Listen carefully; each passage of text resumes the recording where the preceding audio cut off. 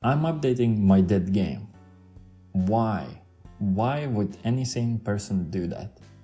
Well, I can explain it with an attribute triangle, where the attributes are delusion, sunken cost fallacy, and ego. And I'm somewhere here.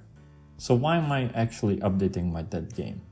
What are the results I'm trying to achieve, what I've already done, and what I plan to do to bring it back to life? To answer that, I need to take you to a world of cope and delusion first, because honestly, those are the results I'm expecting. Like and subscribe, leave a comment, I read all of them and try to respond as much as I can. And here's the kicker. I just realized how perfectly ironic it is that a game about necromancy is one that needs to be resurrected. Maybe the game's fate has always been written in its theme, mocking and challenging me to master the idea it represents. Speaking of bringing something back, one of my main goals is to bring back old players back to experience Nemire the way I had always imagined it at launch. Who knows, maybe I could even change the mind of reviewers who had a negative impression of the game.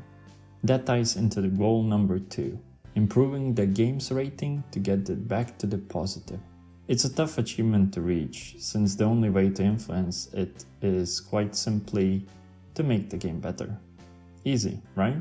While changing the mind of someone could be very close to impossible, a fresh impression of a new player could potentially help with the goal.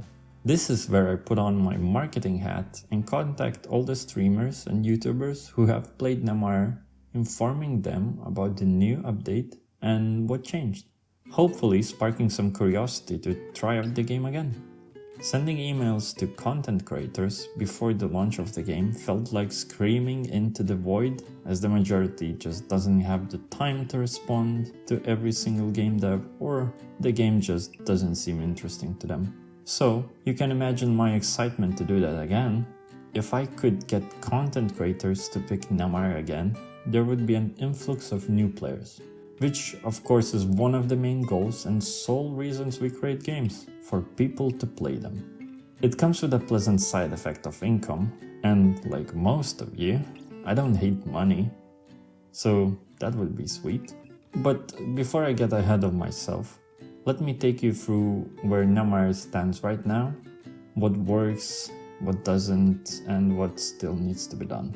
Compared to its launch, Nemire is in a significantly better state now. One of the biggest improvements is the elimination of the game-breaking hung state issues that used to occur during enemy turns, making the gameplay smoother and more reliable. Numerous quality of life improvements have been implemented alongside with adjustments to game's difficulty and progression to create a more balanced and engaging experience. Players now encounter more enemy types than ever before, with new enemies introduced at a much faster pace as the game progresses, keeping the gameplay fresh and challenging. Boss battles in particular have undergone significant balance changes to make them more fair, yet rewarding. With all these new improvements, Nemire has already come a long way since its launch. But this is just the beginning. The upcoming update will be the biggest yet, packed with exciting new features and changes designed to transform the game even further. Let me walk you through what's coming next.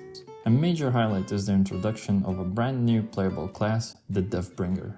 This versatile unit will combine melee and ranged abilities, making it a flexible and strategic choice for players.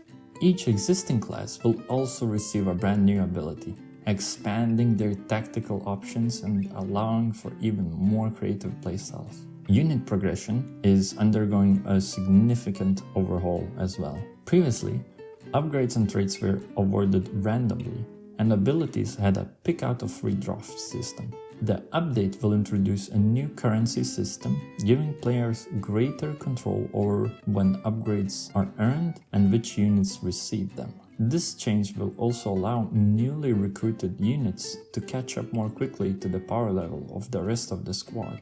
Additionally, quality of life improvements will introduce a rework of the clunky camera and enhanced pathfinding and AI, which will prevent units from walking unrealistically through enemies. These updates promise a more polished balanced and rewarding experience for both returning players and newcomers. I will post another video detailing the results of this endeavor, so subscribe to be sure not to miss it. That's all I wanted to share. Have a nice day.